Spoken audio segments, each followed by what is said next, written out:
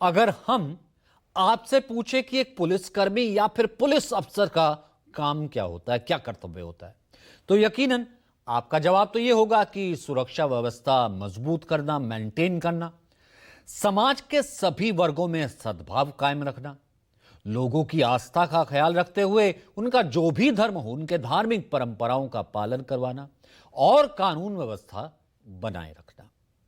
लेकिन यूपी के एक पुलिस अफसर पर मानो यह कानून लागू ही नहीं होता।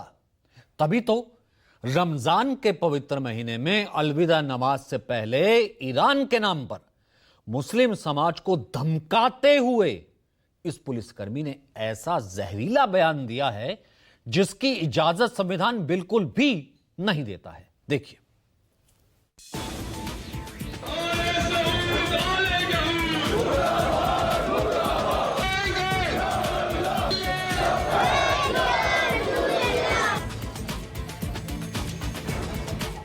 कोई आदमी आए, साहब 10 आदमी खड़े होकर छाती पीट रहे हैं, हाय हाय हाय साहब ईरान को मार डाला, ईरान को मार डाला। अरे भाई इतना वो है तो चले जाओ ईरान, इसको जाना। तो सुना आपने, ईरान के नाम पर जिसे प्रदर्शन करना है वो ईरान चले जाए। और ये बातें कौन कह रहा है? एक वर्दीधारी जिसने भारतीय संविधान की शपथ ले रखी। एक शख्स जब अपने शरीर पर खाकी वर्दी पहनता है तो वो शपथ लेता है कि वो भारत की प्रभुता और अखंडता को अक्षुण्ण रखेंगे और अपने कर्तव्यों का राष्ट्रभक्ति, ईमानदारी और निष्पक्षता के साथ पालन करेंगे और हमेशा संविधान के प्रति सच्चे रहेंगे। और हमारा संविधान क्या कहता है? संविधान ये कहता है कि देश का हर नागरिक, चाहे वो हिंदू हो या मुसलमान, सिख हो या ईसाई, सब बराबर है। लिहाजा जिम्मेदारों को पूरी निष्पक्षता के साथ देश के हर नागरिक की सुरक्षा का ख्याल रखना चाहिए। लेकिन इस पुलिसकर्मी की भाषा ने तो संविधान की शपथ की भी धज्जियां उड़ा दी। पहले आपको इनका वो पूरा बयान सुनवाते हैं जिसमें ये ईरान के समर्थन में प्रदर्शन करने वालों को इलाज करने की धमकी दे रहे हैं। फिर इन महाशय का परिचय आपको बताएंगे। बहुत सारे लोगों को ना, उनको खुजली इस बात की मची है कि साहब झगड़ा तो हो रहा है ईरान के इजराइल के बीच में, और वो बीच में ना अपनी टंगड़ी घुसाए पड़े हैं। भाई अगर इतनी दिक्कत है तो आप बैठ जाओ जहाज में। जब जहाज लेने जा रहा है वहां ईरान में फंसे हुए भारतीयों को, तो जहाज में बैठ जाओ और चले जाओ और जाओ लड़ो ईरान की तरफ से, लौट के आ जाओ।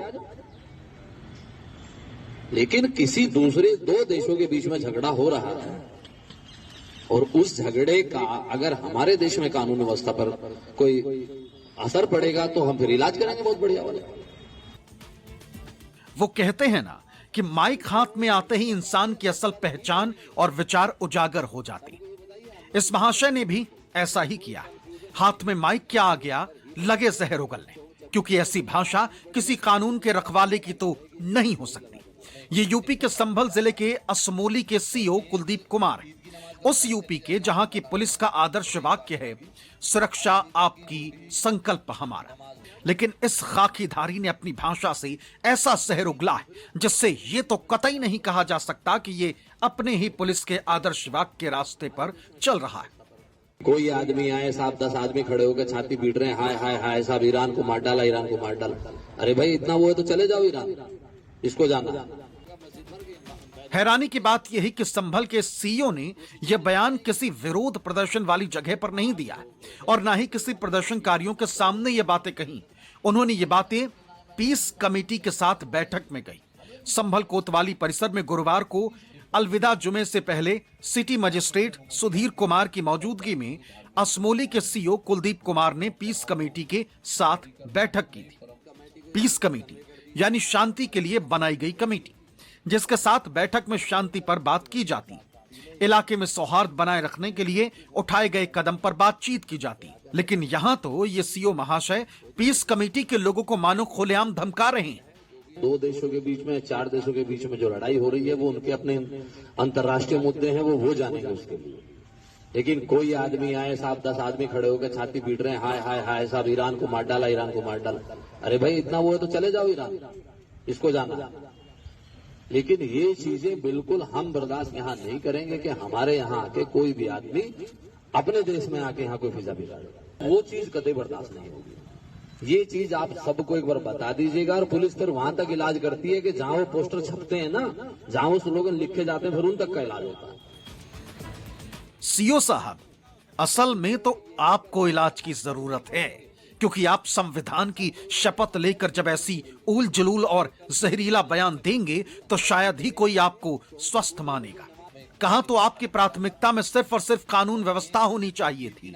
आप जिस पीस कमेटी के साथ मीटिंग कर रहे हैं, उनके साथ तालमेल बिठाकर सिर्फ और सिर्फ सौहार्द की बात करनी चाहिए थी। आपको उन्हें विश्वास दिलाना चाहिए था कि वो आराम से जुमे की नमाज अदा करें। पुलिस प्रशासन उनके साथ मजबूती से खड़ी है, लेकिन आप तो उन्हें डराने धमकाने लगे। आपकी भाषा बता रही है कि मुस्लिम समाज आपके खौफ में नमाज पढ़े। क्या यही संविधान में लिखा है? क्या यही हमारा कानून कहता है कि एक वर्ग खौफ में अपनी धार्मिक आस्था को निभाए? नहीं सीओ साहब, नहीं। हमारे लोकतांत्रिक व्यवस्था में ऐसा बिल्कुल भी नहीं है, और आपको भी इस तरह की भाषा का इस्तेमाल करने की आजादी कतई नहीं। सीओ साहब, इनको पहचानते हैं? इनका नाम मुख्तार अब्बास नकवी।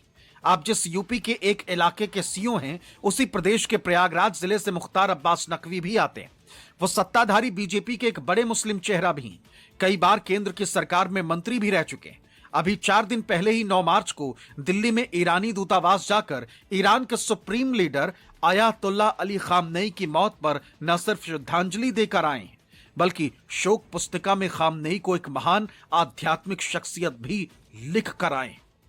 ईरान के सुप्रीम लीडर और एक महान आध्यात्मिक शख्सियत जनाब हजरत अली खामेनी साहब की शहादत पर अपनी खराज अकीदत और श्रद्धा सुमन अर्पित करने हम यहाँ पर आए थे, और यहाँ पर एक्सेलेंसी ईरान के एम्बेसडर साहब से भी मुलाकात हुई, और मैंने जो है वो अपने भावनाओं को भी उनके रजिस्टर में व्यक्त किया है, जिसमें मैंने कहा है कि इमाम खामनी साहब एक महान आध्यात्मिक शख्सियत थे जिनकी शहादत को शब्दों में बयान नहीं किया जा सकता, और मैंने अपनी भावभीनी श्रद्धांजलि और खिराजी अकीदत पेश की है। कोई आदमी आए, 7-10 आदमी खड़े होकर वापस संभल के सीओ कुलदीप कुमार के जहरीले बयान पर आते।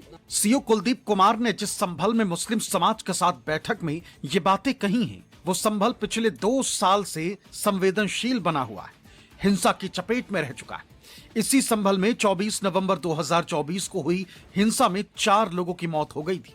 हिंसा उस वक्त भड़की थी जब अदालती आदेश के बाद एडवोकेट कमिश्नर की टीम हिंदू पक्ष के साथ सर्वे के लिए संभल की जामा मस्जिद गई थी। ऐसे में सीओ के जहरीले बयान वायरल होने के बाद यूपी से लेकर दिल्ली तक का सियासी पारा अचानक से हाई हो गया। समाजवादी पार्टी से लेकर कांग्रेस तक सीओ कुलदीप कुमार के बयान पर हमलावर हो गए। संभल से समाजवादी पार्टी के सांसद जियाउर रहमान बर्क ने अपने सोशल मीडिया प्लेटफॉर्म एक्स पर लिखा है कि संभल के सीओ का बयान बेहद शर्मनाक और दुर्भाग्यपूर्ण है। ईरान के नाम पर छाती पीटी तो बढ़िया वाला इलाज कर देंगे। क्या पुलिस प्रशासन की भाषा यही रह गई? किसी अधिकारी को धर्म या समुदाय का अपमान करने का अधिकार किसने दिया? पुलिस का काम नागरिकों की सुरक्षा करना है, न कि धमकी देकर डर का माहौल पैदा करना। एक अधिकारी को कानून और संविधान की बात करना चाहिए, न कि धमकी और अपमान की भाषा बोलनी चाहिए। भारत संविधान से चलता है, किसी अधिकारी की धमकी से नहीं। देश में अमन और भाईचारा बनाए रखना प्रशासन की जिम्मेदारी है। भारत का संविधान हर नागरिक को अपनी भावनाएं और राय रखने का अधिकार देता है। अगर कोई कानून तोड़े तो कार्रवाई कानून के तहत होनी चाहिए, लेकिन इस तरह की धमकी भरी भाषा प्रशासन की मानसिकता पर सवाल खड़े करती है। ऐसे बयान समाज में नफरत और तनाव बढ़ाते हैं। प्रशासन को इस मामले का तुरंत संज्ञान लेकर उचित कार्रवाई करनी चाहिए। पीस कमेटी की मीटिंग में उन्होंने जो भी बात की, मुझे लगता है वो पीस कमेटी की मीटिंग की भाषा नहीं है। पीस कमेटी की मीटिंग में अमन और भाईचारे की बात होगी या धमकाने की बात होगी? आपने अगर संवैधानिक पद पे आप बैठे हैं, आप एक वर्दी पहन करके आपने संविधान की शपथ ली है कर्तव्यों के प्रति, तो फिर आपका दायित्व तो बनता है कि आप वो जोड़ने वाली भाषा का इस्तेमाल करें, धमकाने वाली भाषा का नहीं। ये तो खराब भाषा और अस्तरहीन भाषा का इस्तेमाल है, गैर संवैधानिक भाषा का इस्तेमाल। मीडिया पलट के सवाल पूछना शुरू कर दे उच्च अधिकारियों से, 2 मिनट में ऐसे अधिकारी अपनी भाषा बदल लेंगे। सीओ जो मुख्यमंत्री की भाषा बोल रहे हैं, तो ऐसे अधिकारियों को वक्त आने पर इलाज हो जाएगा। सीओ समझ लें, या चुनाव लड़ना है तो इस्तीफा देकर चुनाव लड़े। उनका काम इलाज करना नहीं है। ईरान की बात करने पर रोक लगाने की उनकी हैसियत है। मैं बोल रहा हूँ, कर दे इलाज। पार्लियामेंट में बोला कर दे इलाज, उनकी हैसियत अगर है तो। अधिकारी अपने हद में नहीं रह रहे हैं, आप बात नहीं करने देंगे। अरे आप डरते होंगे, आपकी सरकार डरती होगी, आपके आका डरते होंगे, देश थोड़ा डरता है कि सांसद बात नहीं करेगा। हमारे सांसद ने भाषण दिया है, ऐसे तो कर दे इलाज। हालांकि सत्ताधारी बीजेपी के सांसद सीओ कुलदीप कुमार के बयान का पुरजोर तरीके से समर्थन कर रहे हैं। वो अलग बात है कि उनके शब्दों के चयन को गलत भी ठहरा रहे हैं। वो शब्द कहना कि लड़ना हो तो ईरान चला जाए, मैं समझता हूँ कहने की जरूरत नहीं थी। और जहाँ तक उन्होंने सही कहा कि अगर कोई आदमी प्रॉब्लम पैदा करेगा तो उसके खिलाफ कार्रवाई की जाएगी। वो कार्रवाई की जाएगी, उसके संबंध में जो शब्द उन्होंने इस्तेमाल किया वही कहा है, लेकिन शब्दों के हेर फेर वो थोड़ा सा इस सब ऐसे शब्द का इस्तेमाल नहीं करना चाहिए। लेकिन आशय वही है कि सब कानून व्यवस्था की समस्या नहीं होना चाहिए। ईरान की समस्या है, ईरान में लोग कर रहे हैं और यहाँ रोज आकर के धरना प्रदर्शन करना ही उस इशू को लेकर के वो उचित नहीं है। बात मुस्लिम समाज की हो, वो भी यूपी जैसे बड़े प्रदेशों में जहां साल भर के भीतर विधानसभा के चुनाव होने हैं। ऐसे में असदुद्दीन ओवैसी की पार्टी की इस मुद्दे पर एंट्री ना हो, भला कैसे हो सकता? मैं उस डीएसपी साहब को बोलूंगा, ये मुल्क आपके बाप का नहीं है, हिंदुस्तान का आईन है। Freedom of expression article 19 fundamental right है। और सुनो डीएसपी, तुम बिन्यामिन नेतन्याहू की जबान में बात कर रहे हो। अगर कल कोई इजराइल की ताईद में एहतजाज निकाला जाएगा तो तुम तो जय जय के नारे लगाओगे ना। एआईएमआईएम के प्रदेश अध्यक्ष शौकत अली ने सीओ कुलदीप कुमार के जहरीले बयान पर पलटवार करते हुए क्या कहा, आप खुद सुनिए। अगर हम कोई ऐसा काम करते हैं जो गैर संवैधानिक है तो आप हम पर मुकदमा करिए। आप हमको धमकी दे रहे, सबसे पहला मुकदमा तो आपके ऊपर होना चाहिए। आप धमका रहे हो वहां मुसलमानों को बैठा करके। आपने क्या समझ रखा है मुसलमानों को, कितना कमजोर समझ रखा है मुसलमानों को। हर कोई आएगा मुसलमानों को बोल करके चला जाएगा। इसके पहले सीओ अनुज, उसने भी यही काम था, गोलियां मार दी मुसलमानों को, उसने हीरो बन गया वो, कंधे पर गदा लेकर के वर्दी की हालत में। तो आप अपना नंबर बढ़ाना चाहते हैं, इसलिए आप बाकायदा लाउडर लेकर के और माइक लगा करके और उसको वीडियो रिकॉर्ड करके, इसलिए आपने उसको सोशल मीडिया में डाला। मुसलमानों को आप लोग कितना बेइज्जत करना चाहते हैं। एआईएमआईएम के प्रदेश अध्यक्ष शौकत अली ने जिस अनुज चौधरी का जिक्र किया, अब उनके बारे में भी जान लीजिए। साल भर पहले 2025 में अनुज चौधरी इसी संभल में सीओ हुआ करते थे। पिछले साल होली से पहले 7 मार्च को उन्होंने भी मुस्लिम समाज को टारगेट करते हुए एक जहरीला बयान दिया था, जिस पर काफी विवाद हुआ था। वो बयान भी आपको सुनवाते हैं। हिंदू होली खेलता है, वो बुरा ना मानो होली है, एक प्यार के हिसाब से खेलता है। अब जैसे मुस्लिम है, उस दिन ईद मनाते हैं तो वो सिवैयाँ बांटते हैं, कुछ खाते हैं। तो मुस्लिमों से भी सबसे यही अनुरोध है, भाई अपना आप यदि उसे एक्सेप्ट नहीं कर सकते तो फिर आप वहाँ ना, उस जगह ना आए। यदि आप रंग एक्सेप्ट नहीं कर सकते तो उस दिन आप ना आए, क्योंकि साल में 52 जुम्मे होते हैं और होली का एक दिन है। जैसे पूरे साल ईद का इंतजार करते हैं तो हिंदू पक्ष भी होली का इंतजार करता है पूरे साल में। तो ये बहुत प्यार का त्योहार है, तो ध्यान शांति से ये निपटना चाहिए। और जो लोग इसमें उपद्रव पैदा करेंगे तो उनकी बख्शिश नहीं होगी किसी भी हालत में। अब सवाल उठता है कि एक खाकीधारी को इतनी हिम्मत कहां से मिलती कि वो एक धर्म के खिलाफ कुछ भी बोलने से पहले सोचते तक नहीं, पूरी तरह टारगेट कर न सिर्फ उसे धमकाते हैं बल्कि खौफ में रहने को मजबूर कर देते हैं। तो इसका जवाब है सत्ता। जब सत्ता में बैठे लोग ही मुस्लिम समाज को हीन दृष्टि से देखेंगे, जब सरकार के मंत्री ही बात बात पर मुस्लिमों को पाकिस्तान भेजने की धमकी और बयान देंगे, तो फिर पुलिस प्रशासन में बैठे लोगों का मनोबल तो बढ़ेगा ही। अब केंद्रीय मंत्री गिरिराज सिंह को ही देख लीजिए। इनसे जब भी मुस्लिमों को लेकर कोई सवाल पूछा जाता है तो इनका एक ही जवाब होता है कि मुस्लिमों को पाकिस्तान चले जाना चाहिए। गिरिराज सिंह तो यहां तक कह देते हैं कि देश के पूर्वजों से बंटवारे के समय गलती हुई, उसी समय सभी मुसलमानों को पाकिस्तान भेज देना चाहिए था। सुनिए। दुर्भाग्य है इस देश का जो आज 47 में हमारे कुछ पूर्वजों ने अगर यहां से मुसलमानों को पाकिस्तान भेज दिए गए होते धर्म के आधार पर बंटवारे में, तो आज भारत के अंदर ऐसे प्रश्न नहीं निकल करके आते। पता नहीं गिरिराज सिंह को देश के मुस्लिम समाज से क्या दिक्कत है। दिक्कत जो भी हो, मगर ना तो उनका इस तरह का बयान संविधान के अनुरूप है और ना ही किसी वर्दीधारी को मुस्लिमों को टारगेट करने का अधिकार कानून देता है। ऐसे में जरूरत है इस तरह के नेताओं और पुलिसकर्मी पर एक्शन लेने की, ताकि देश में, समाज में किसी तरह की नफरत ना फैल सके। दिल्ली से प्रशांत देव और कुमार गौरव के साथ ब्यूरो रिपोर्ट, न्यूज़ 24। तो कानून तो सबके लिए बराबर है, जिन्हें कहा जा रहा है और जो कह रहे हैं उनके लिए भी।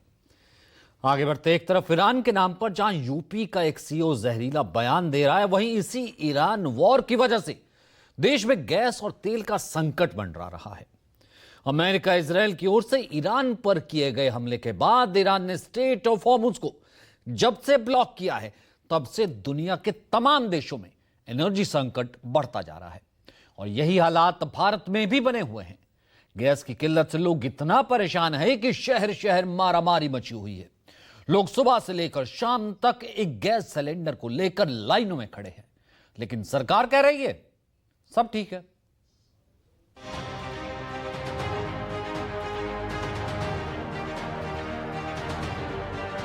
ये हिंदुस्तान की वो हकीकत है जिससे मुंह नहीं फेरा जा सकता है। ये कहकर खारिज नहीं किया जा सकता है कि संकट हमारे द्वार पर नहीं खड़ा है, और ना ही ये दावा किया जा सकता है कि सब कुछ ठीक ठाक है, वरना देश के अलग अलग हिस्सों में गैस की लाइनों में लोग नहीं लगे होते, वो एक एक सिलेंडर के लिए नहीं तरस रहे होते। राजस्थान, महाराष्ट्र, बिहार से लेकर यूपी तक हर स्टेट की यही हकीकत है, जहां गैस को लेकर गदर मचा हुआ है। सवाल है कि देश के अलग अलग हिस्सों से आ रही तस्वीरें झूठ बोल रही हैं या फिर जनता के रहनुमा।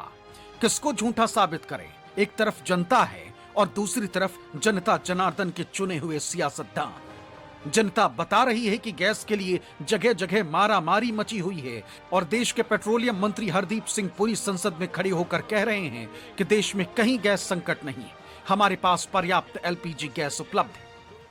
This is not the moment for rumor mongering or fake narratives. India is navigating the most severe global energy disruption in recorded history. Crude supply is flowing, gas is prioritized for homes and farms, LPG production has been stepped up by 28%. Consumer prices are held far below what makes markets and regional competitors and dictate. Schools are open. Petrol is on the forecourt. खैर, जब सरकार ही ये मानने को तैयार नहीं है कि देश के सामने संकट बड़ा है, तो फिर लाइनों में खड़े लोगों की समस्याओं में समस्या कहां नजर आएगी? वरना देश के प्रधानमंत्री मोदी लाइनों में खड़े लोगों के लिए ये नहीं कहते कि कुछ लोग एलपीजी के नाम पर अपना एजेंडा सेट कर रहे हैं। कुछ लोग हैं जो पैनिक क्रिएट करने का प्रयास कर रहे हैं, अपना एजेंडा चलाना चाहते हैं। मैं इस समय उन पर राजनीतिक टिप्पणी नहीं करना चाहता, लेकिन इतना जरूर कहूंगा कि ऐसा करके वो जनता के समक्ष खुद को एक्सपोज हो ही रहे हैं, पूरे देश का भी बड़ा नुकसान कर रहे हैं। ये बात सच है कि विपक्ष सरकार से गैस और तेल संकट पर सवाल पूछ रहा है। उनका अपना सियासी एजेंडा हो सकता है, इसका मतलब ये नहीं कि विपक्ष के कहने पर देश के अलग अलग हिस्सों में एक एक सिलेंडर के लिए लाइनों में सैकड़ों लोग आकर खड़े हो जाएंगे। ये बात सरकार को स्वीकार करनी होगी कि देश में गैस का संकट है, लोगों की डिमांड के मुताबिक गैस सप्लाई नहीं हो रही, लेकिन सरकार तो सरकार, मंत्रालय के अधिकारी तक यही कह रहे हैं कि कहीं भी कोई दिक्कत नहीं है। The production has increased. Yesterday I told you 25%. Now it is 28% of our domestic production. So that is the increase. We have a very vast network of retail outlets. Almost 1 lakh retail outlets are operating in the country, and majority of these are with public sector oil marketing companies. And no dry out has been reported on any of these retail outlets. सरकार माने या ना माने, मंत्री स्वीकार करे या ना करे, ज्वाइंट सेक्रेटरी कहें या ना कहें कि देश में गैस की किल्लत है, पर सच यही है कि भारत सरकार और ईरान के बीच स्टेट ऑफ होर्मुज से तेल और गैस टैंकर पार कराने को लेकर बातचीत हो रही। यह संकट कितना बड़ा है इसका अंदाजा इससे लगाया जा सकता है कि प्रधानमंत्री मोदी ने ईरान के राष्ट्रपति से फोन करके बात की, जबकि विदेश मंत्री स्तर पर अब तक 3 बार बात हो चुकी, लेकिन स्टेट ऑफ होर्मुज से भारत के टैंकर गुजरेंगे या नहीं, इस पर फैसला नहीं हो पाया। External Affairs Minister and Foreign Minister of Iran have had 3 conversations in the recent days. The last one discussed issues pertaining to safety of shipping and India's energy security. Beyond that, it would be premature for me to say anything. सवाल है कि इस संकट से निपटने में सरकार को कितना वक्त लगेगा। क्या स्टेट ऑफ होर्मुज से भारत के तेल और गैस टैंकर निकल पाएंगे या फिर भारत को लंबा इंतजार करना पड़ेगा? इस सवाल का जवाब सरकार की तरफ से दिया गया।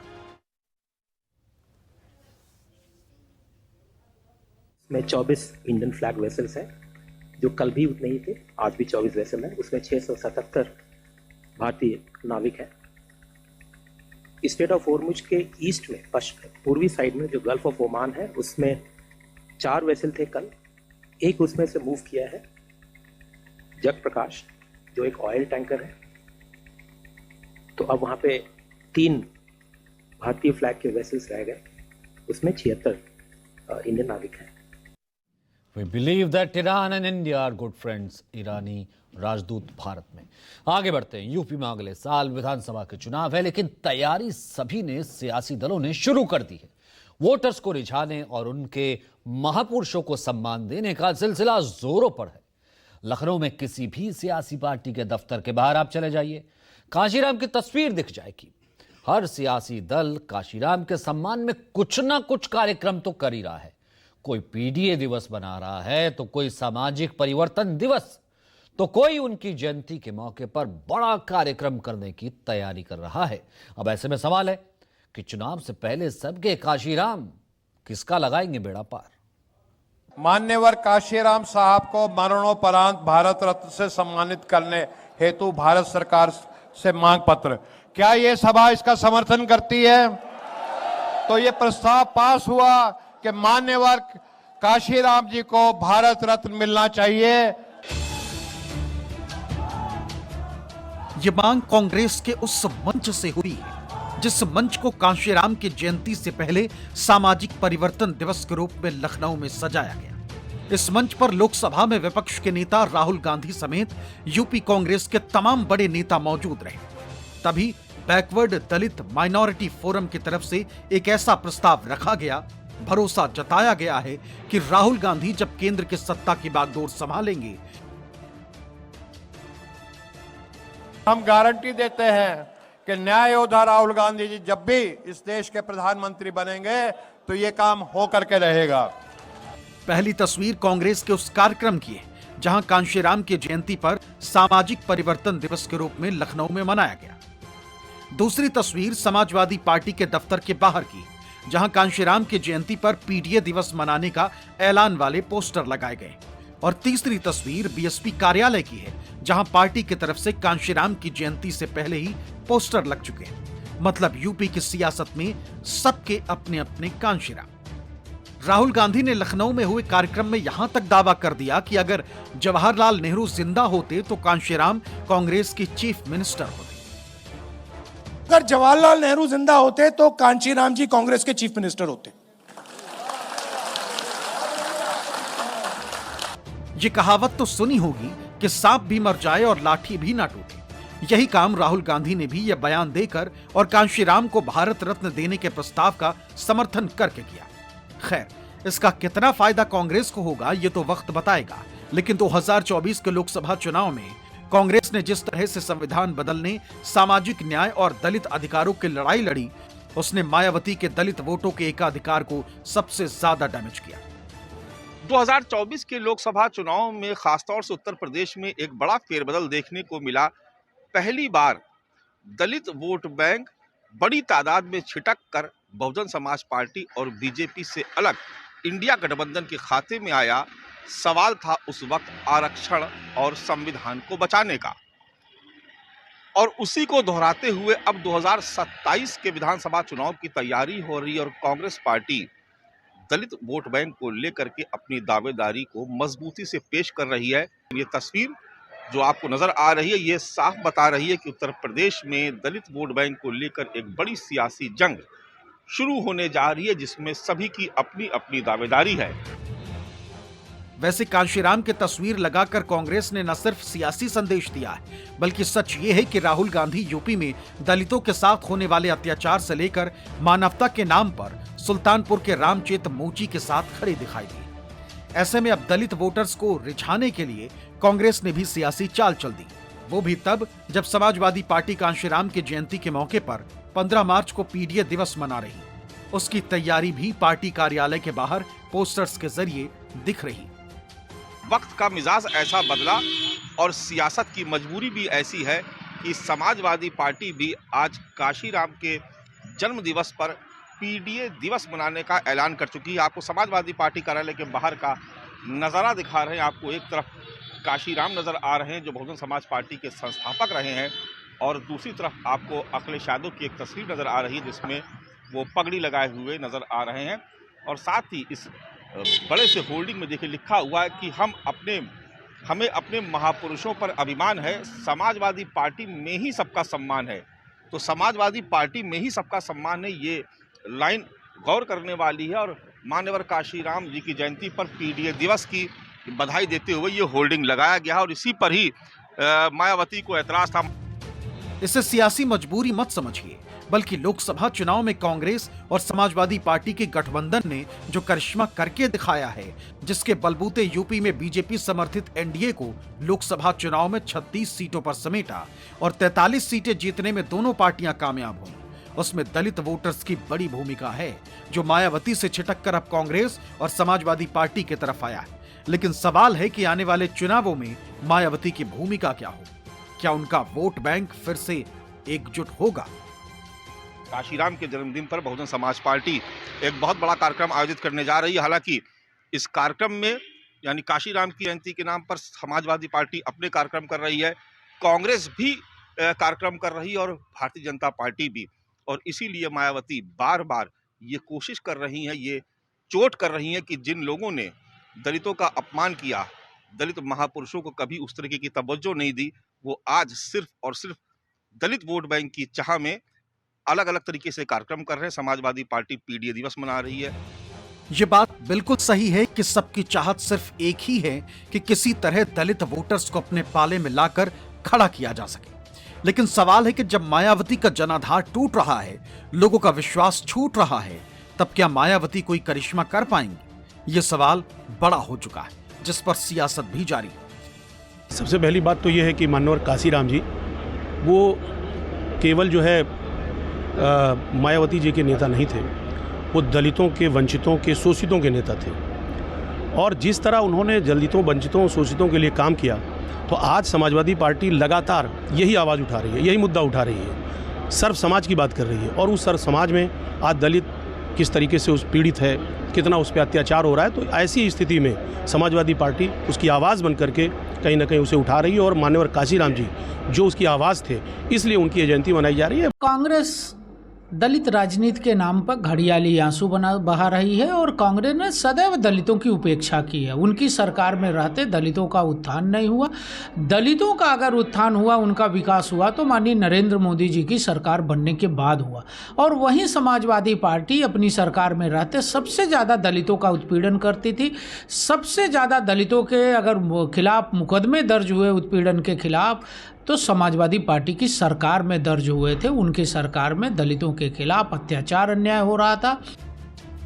वैसे अपने अपने कांशीराम के नाम पर यूपी में जो सियासी दंगल शुरू हुआ है, उसके पीछे सबसे बड़ी वजह यह है कि यूपी में 21% दलित वोट, जो 130 विधानसभा सीटों पर हार जीत तय करते हैं, इनमें से 84 सीटें एससी के लिए रिजर्व रहती, लेकिन 40 से 45 सीटें ऐसी हैं जहां दलित 20 से 30% वोटर हैं। 2022 विधानसभा चुनाव में बीजेपी और उसके सहयोगी दलों ने 84 रिजर्व सीटों में से 63 जीत ली थी, जबकि समाजवादी पार्टी को 20 सीटों पर सफलता मिली थी। एक सीट राजा भैया की पार्टी जनसत्ता दल लोकतांत्रिक के खाते में गई थी। यही वो वजह है कि अब यूपी में सबको अपने अपने कांशीराम दिखाई दे रहे हैं।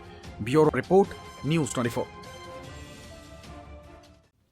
तो फिलहाल आज के एडिशन में इतना ही। इजाजत दीजिए, नमस्कार।